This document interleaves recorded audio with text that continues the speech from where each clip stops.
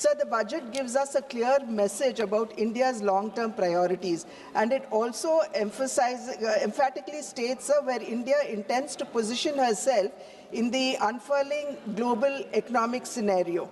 Sir, it also clearly states that the budget intends to balance growth and macro stability. So the challenge before the Honorable Finance Minister, as she was charting out the budget, was that she had to ensure momentum alongside building resilience. Sir, we had a growth of around a GDP of around 7%, inflation being low, and our fiscal deficit in the right direction.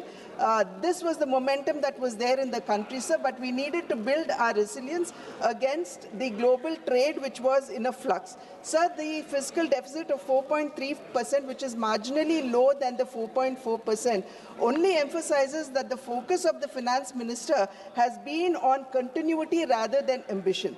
So since the pandemic, the slow rate of fiscal deficit reduction, sir, it only highlights that the focus has been on stability rather than dramatic consolidation.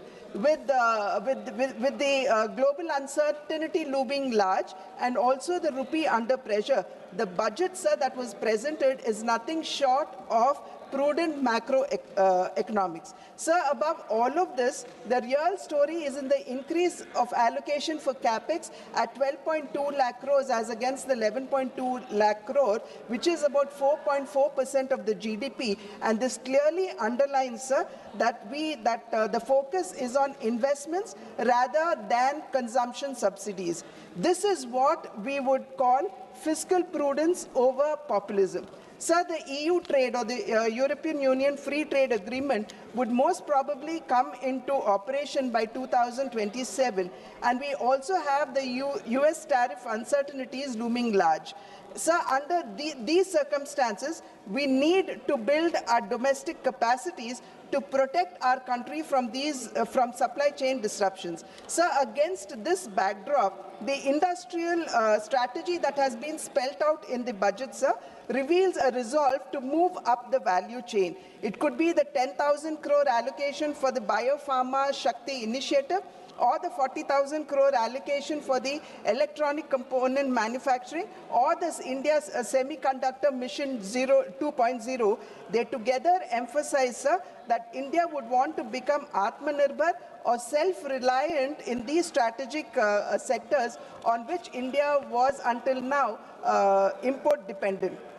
Sir, there is also renewed emphasis on service sector, and we know that the contribution of service sector to our GDP is around 55%, and it dominates our exports as well. So common safe harbor margins of 15.5% and the threshold enhancement from 300 to 2,000 crores only emphasizes that India's software, they still remain our reliable foreign exchange earners. So the proposed Education to Employment and Enterprise Standing Committee aiming at 10% of the global service market underscores this, and the expansion of Ayush and Khelo India mission only reveal the intent of extending or diversifying service exports beyond technology. Sir, there has also been emphasis on rare earth mineral corridors. Today, sir, we are faced with an external environment in which trade as well as multilateralism is in danger, and access to supply chains are being disrupted. Hence, sir, we need to strengthen, if not protect ourselves against these external shocks. Therefore, the manufacturing of rare earth permanent magnets, or REPM, is vital to meet our upstream industries, growing demands of the upstream industries like electronics, electric vehicles, aerospace, defense, and the likes. So the need for securing our supply chain arose when China, the world's largest, if not the only supplier of REPM, curbed its exports, giving rise to global shortage and disrupting industries. So this shock not only emphasized the need for indigenization. And today, by indigenizing REPM, India could position herself as a global hub of sustainable manufacturing. So the proposed scrapping of custom duty on monazite from the present 2.5% is a welcome measure, because this would only attract more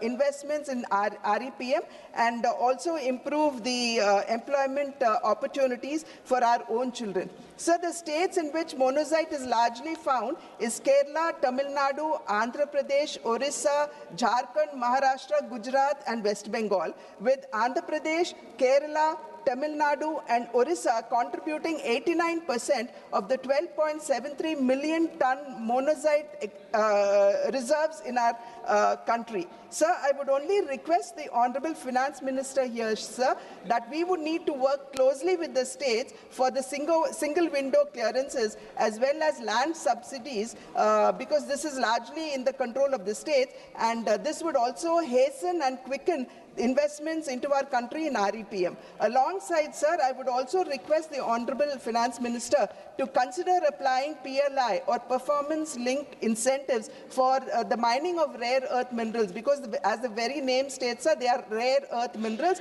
and we need our efficacy to improve in mining of rare earth minerals, and also apply PLI to REPMs too. Sir, the budget further, sir, it simplifies customs tariff by rationalizing exemptions and focusing on effective rates. Sir, the ripple effect of this would be that our domestic manufacturing sector would be strengthened and our exports would improve. Sir, customs today are moving towards trust-based, digitally AI-assisted framework, marking a significant stride towards ease of doing business. So the targeted exemptions, sir, and process reforms, they aim at reducing the input costs that would improve certainty for long gestation and capital incentive projects.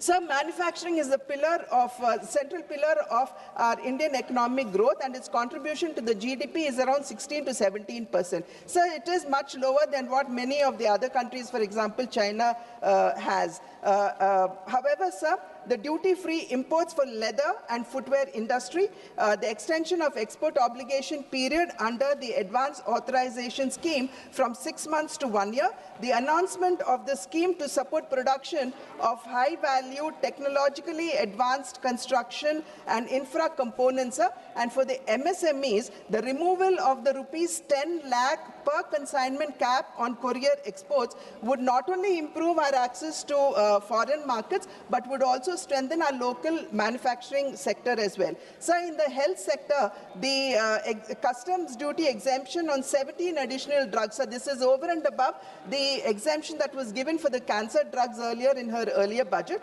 and medicines as well as on key diagnostic components, it only indicates the commitment of the NDA government to the well-being of its citizens. So this reduction in customs duty would provide immediate relief to patients who are suffering with cancer and rare diseases, signaling a policy towards affordable health care. So this is alongside the Ayushman Bharat, the Jan Aushadhi Kendras, which are already in place in our country. So the PLI allocation for the auto sector has been increased, sir, which is a very welcome measure.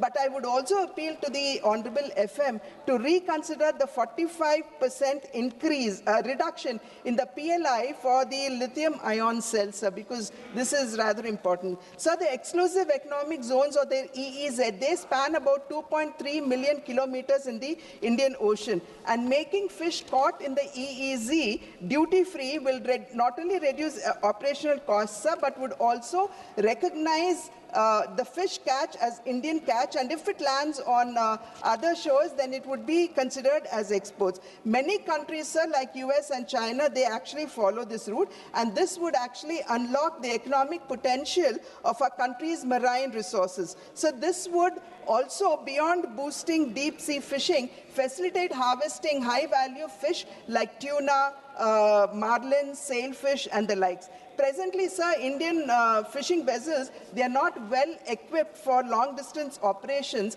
and this would actually call for investments in vessels with onboard freezing facilities as well, opening up a sea of opportunity for our fisher folk. Sir, the limit for duty-free imports on specified inputs used for processing seafoods has been increased from 1% to 3%, sir, over the previous year's export turnover, and this would actually ease the pressure on the marine sector by bringing down the cost of production at a time when one of our largest export earners is actually facing a crisis